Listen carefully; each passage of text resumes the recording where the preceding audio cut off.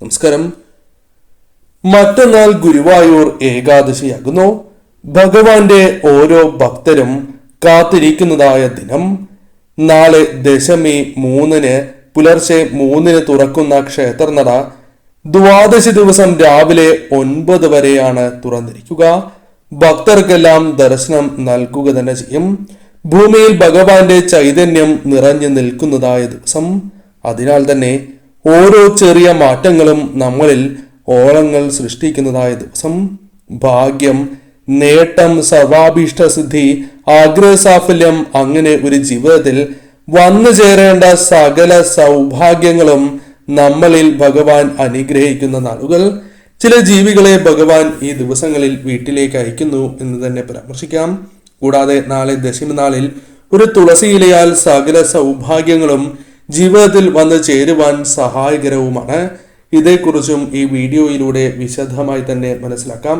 ഏവരും ഭഗവാനെ മനസ്സിൽ ധ്യാനിച്ച് ഓം നമോ നാരായണായ എന്ന് കമന്റ് ബോക്സിൽ രേഖപ്പെടുത്തുവാൻ ശ്രമിക്കുക. ആദ്യത്തേതായ ജീവി അണ്ണാനാണ്. അണ്ണാനെ നിങ്ങളുടെ വീട്ടിലോ വീട്ടു പരിസരത്തോ കാണുകയാണ് എങ്കിൽ അത് ആ വീടുകളിൽ ആഗ്രഹ സാഫല്യം, ആ വീട്ടിലെ അംഗങ്ങൾക്ക് ചില ആഗ്രഹങ്ങൾ നടക്കാൻ പോകുന്നതിന്റെ സൂചനയായി തന്നെ പരാമർശിക്കുവാൻ സാധിക്കുന്നതാണ്. ഭാഗ്യം, ആ വ്യക്തികളുടെ ജീവിതത്തിൽ വർദ്ധിക്കാൻ പോകുന്നു എന്നും അർത്ഥമാക്കുവാൻ സാധിക്കും. ഏറ്റവും ശുഭകരമായ ഒരു ലക്ഷണമാണ്. അതിനാൽ കാണുന്നത് മഹാഭാഗ്യമായി തന്നെ പരാമർശിക്കാം. രണ്ടാമത്തെ ജീവിയായി അഥവാ പക്ഷിയായി പരാമർശിക്കുന്നത് ഉപ്പനാണ്. ഉപ്പനെ നിങ്ങളുടെ വീടുകളിൽ കാണുകയാണ് എങ്കിൽ അത് ആ വീടുകളിൽ ഈശ്വരാധീനം വർദ്ധിച്ചിരിക്കുന്നതിന്റെ സൂചനയായി തന്നെ പരാമർശിക്കാം. അഥവാ ഭഗവാന്റെ സാന്നിധ്യം, ലക്ഷ്മി നാരായണ കടാക്ഷം ഉള്ളതിന്റെ വ്യക്തമായ സൂചനയായി തന്നെ ഇതേക്കുറിച്ച് പരാമർശിക്കുവാൻ സാധിക്കും. ഉപ്പൻ നിങ്ങളുടെ വീടുകളിൽ വരുന്നത് പോലും മഹാഭാഗ്യമാണ്. ഈശ്വരാധീനം വർദ്ധിക്കുന്നതിന്റെ സൂചനയും ഭഗവാൻ നിങ്ങളുടെ വീട്ടിലേക്ക് പ്രവേശിച്ചു അഥവാ ഭഗവാൻ വീട്ടിലേക്ക് വന്നു എന്ന വ്യക്തമായ സൂചനയാണ് ഇതിലൂടെ അർത്ഥമാക്കുവാൻ സാധിക്കുക. ഏറ്റവും വിശേഷപ്പെട്ടതായ ലക്ഷണമാണ് എന്ന് നിസ്സംശയം പറയാം. മറ്റൊരു പക്ഷി തത്തയാണ്. അപൂർവങ്ങളിൽ അപൂർവമായി മാത്രമേ തത്ത വീടുകളിലേക്ക് വരൂ, അല്ലെങ്കിൽ തത്തയെ കാണുവാൻ സാധിക്കൂ എന്നതാണ് വാസ്തവം. മഹാലക്ഷ്മി ദേവിയുമായി ബന്ധപ്പെട്ട് പരാമർശിക്കുന്നതായ ഒരു പക്ഷി എന്ന പ്രത്യേകത തത്തയ്ക്കുണ്ട്. തത്തയെ നിങ്ങളുടെ വീടിന്റെ പരിസരത്ത് കാണുകയാണ് എങ്കിൽ അത് ആ വീടുകളിൽ സാമ്പത്തികപരമായ നേട്ടങ്ങൾ ഭഗവാന്റെ അനുഗ്രഹത്താൽ വന്നു ചേരാൻ പോകുന്നു എന്ന വ്യക്തമായ സൂചനയാണ് നിങ്ങൾക്ക് നൽകുന്നത്. ഏറ്റവും വിശേഷപ്പെട്ടതായ ലക്ഷണം എന്ന് നിസ്സംശയം പറയാം. മറ്റൊരു ജീവി പൂച്ചയാണ്. പൂച്ചയെ എപ്പോഴും വീട്ടുപരിസരത്ത് കാണാവുന്നതാണ്. അത് പലരുടെയും വീടുകളിൽ ഇപ്രകാരമായിരിക്കും സംഭവിക്കുക. നിങ്ങളുടെ വീടുകളിലും പൂച്ചയെ കാണുന്നുണ്ട് എങ്കിൽ അത് ശുഭകരമായ ചില സൂചനകളാകുന്നു. ഭഗവാന്റെ അനുഗ്രഹമുണ്ട് എന്ന് തന്നെ അർത്ഥമാക്കാം. സന്താനങ്ങളുമായി ബന്ധപ്പെട്ട് ചില അനുകൂലമായ കാര്യങ്ങൾ സംഭവിക്കാം. സന്താനങ്ങൾക്ക് സന്തോഷകരമായ ചില നിമിഷങ്ങൾ ജീവിതത്തിലേക്ക് കടന്നു വരാം. സന്താനങ്ങൾക്ക് ഉയർച്ചയ്ക്ക് സഹായകരമായ ചില അവസരങ്ങൾ വന്നു ചേരുവാനുള്ള സാധ്യതകൾ കൂടുതലാകുന്നു. അതിനാൽ അത്തരം അവസരങ്ങൾ ശരിയായ രീതിയിൽ വിനിയോഗിച്ച് മുന്നോട്ട് പോകുവാൻ ശ്രമിക്കേണ്ടതായിട്ടുണ്ട്. മറ്റൊരു പക്ഷി പരുന്താണ്. പരുന്തിനെ വീടുകളിൽ കാണുന്നത് ഏറ്റവും വിശേഷപ്പെട്ടതായ ഒരു ലക്ഷണമായി തന്നെ പരാമർശിക്കാം. ഭഗവാന്റെ സംരക്ഷണം, ഭഗവാന്റെ അനുഗ്രഹം നിങ്ങളിലുണ്ട് എന്ന വ്യക്തമായ സൂചനയാണ് ഇതിലൂടെ അർത്ഥമാക്കുവാൻ സാധിക്കുക. ഈശ്വരാധീനം നിങ്ങളുടെ ജീവിതത്തിൽ വർദ്ധിക്കാൻ പോകുന്നു എന്ന് തന്നെ ഇതിലൂടെ അർത്ഥമാക്കുവാൻ സാധിക്കും. സർവ ഈശ്വരപ്രദമാണ് എന്ന കാര്യം പ്രത്യേകം ഓർക്കണം. പരുന്ത് നിങ്ങളുടെ വീടുകളിൽ വരികയാണ് എങ്കിൽ അത് ഭഗവാന്റെ സാന്നിധ്യത്തെ കൂടി അർത്ഥമാക്കുന്നു. ഭഗവാൻ നിങ്ങളുടെ വീടുകളിൽ പ്രവേശിച്ചിരിക്കുന്നതിന്റെ ലക്ഷണമാണ് എന്നുകൂടി അർത്ഥമാക്കുവാൻ സാധിക്കും. മറ്റൊന്ന് പല്ലിയാണ്. പല്ലിയെ വീടുകളിൽ ധാരാളമായി കാണാവുന്നതാണ്. എന്നാൽ ധാരാളം പല്ലിയെ കാണുന്നത് ശുഭകരവുമല്ല എന്ന കാര്യം ഓർക്കുക. തുളസിയുടെ അരികിൽ പല്ലിയെ കാണുകയാണ് എങ്കിൽ അത് ഏറ്റവും ശുഭകരമായ ഒരു ലക്ഷണമാകുന്നു.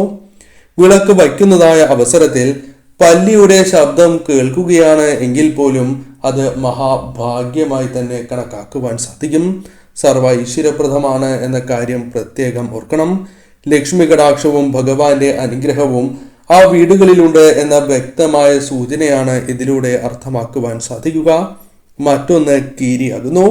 കീരിയെ നിങ്ങളുടെ വീടുകളിൽ പ്രത്യേകിച്ചും വടക്ക് ദിശയിൽ കാണുകയാണ് എങ്കിൽ അത് സമ്പൽ സമൃദ്ധി വന്നു ചേരാൻ പോകുന്നതിന്റെ സൂചനയായി തന്നെ പരാമർശിക്കുവാൻ സാധിക്കും. ഭഗവാന്റെ അനുഗ്രഹമുണ്ട് എന്ന് തന്നെ അർത്ഥമാക്കാം. കൂടാതെ ഈ സമയം നിങ്ങളുടെ ജീവിതത്തിലേക്ക് സാമ്പത്തികമായ നേട്ടങ്ങൾക്ക് സഹായകരമായ ചില അവസരങ്ങൾ വന്ന് ചേരാവുന്നതുമാണ്. അതിനാൽ ഈ ജീവികളെ കാണുന്നത് ഏറ്റവും ശുഭകരമാണ് എന്ന് നിസ്സംശയം പറയാം. അന്നേ ദിവസം നെയ്വിളക്ക് തെളിയിച്ച് ഭഗവാന്റെ നാമങ്ങൾ ജപിക്കുന്നത് ഏറ്റവും വിശേഷവുമാകുന്നു. ഇനി പരാമർശിക്കാനായി പോകുന്നത് ചില വസ്തുക്കൾ വീടുകളിലേക്ക് കൊണ്ടുവരുന്നത് ഏറ്റവും ശുഭകരമാണ്. അതേക്കുറിച്ച് വിശദമായി തന്നെ അറിയാം.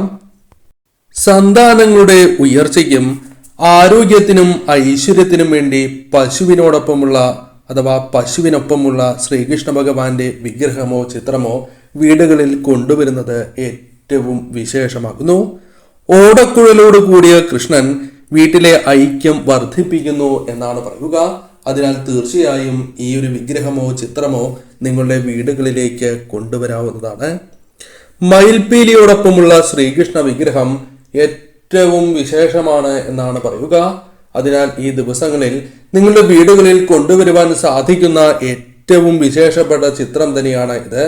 സാധിക്കുന്ന ഏവരും ഈ ഒരു ചിത്രം വീടുകളിലേക്ക് അല്ലെങ്കിൽ ഈ പരാമർശിക്കുന്ന ചിത്രങ്ങളിൽ വിഗ്രഹങ്ങളിൽ ഏതെങ്കിലും ഒന്നെങ്കിലും വീടുകളിൽ വാങ്ങുവാൻ പ്രത്യേകം ശ്രദ്ധിക്കുക. ഭഗവാന്റെ മയിൽപീലി സൂചിപ്പിക്കുന്നത് സന്തോഷത്തെയാണ്.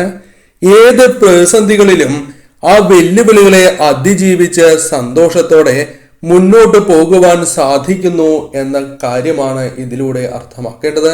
അതിനാൽ ഈ ഒരു ചിത്രം വീടുകളിൽ കൊണ്ടുവരുന്നത് നിങ്ങളുടെ ജീവിതത്തിലെ പ്രതിസന്ധികളെയും വെല്ലുവിളികളെയും തരണം ചെയ്യുവാനുള്ള ഊർജം നിങ്ങളിലേക്ക് വന്ന് ചേരുന്നതിന് സഹായകരമായി തീരും.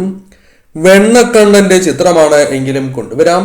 അത് ഏറ്റവും ഐശ്വര്യപ്രദവും നിങ്ങളുടെ ജീവിതത്തിൽ സന്തോഷം പ്രദാനം ചെയ്യുന്നതുമായ കാര്യമായി മാറും. ഊഞ്ഞാലിൽ ആടുന്ന കണ്ണനാണ് എങ്കിൽ മനസമാധാനമാണ് ജീവിതത്തിലേക്ക് വന്നു ചേരുക.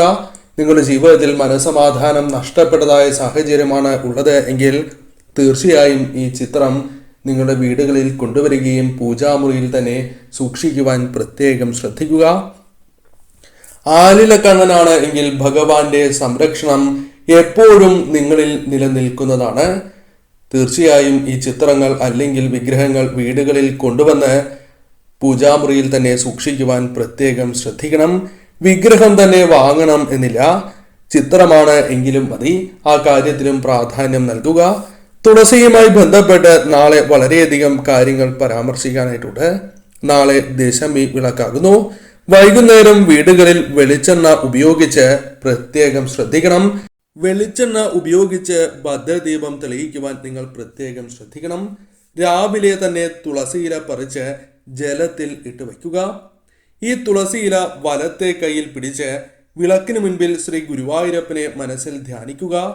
പാതാളാഞ്ജനം എന്ന അപൂർവ ഇനം ശിലയിൽ തീർത്ത അതിമനോഹരമായ ഗുരുവായൂരപ്പന്റെ വിഗ്രഹം നിങ്ങൾ ഓർക്കുക.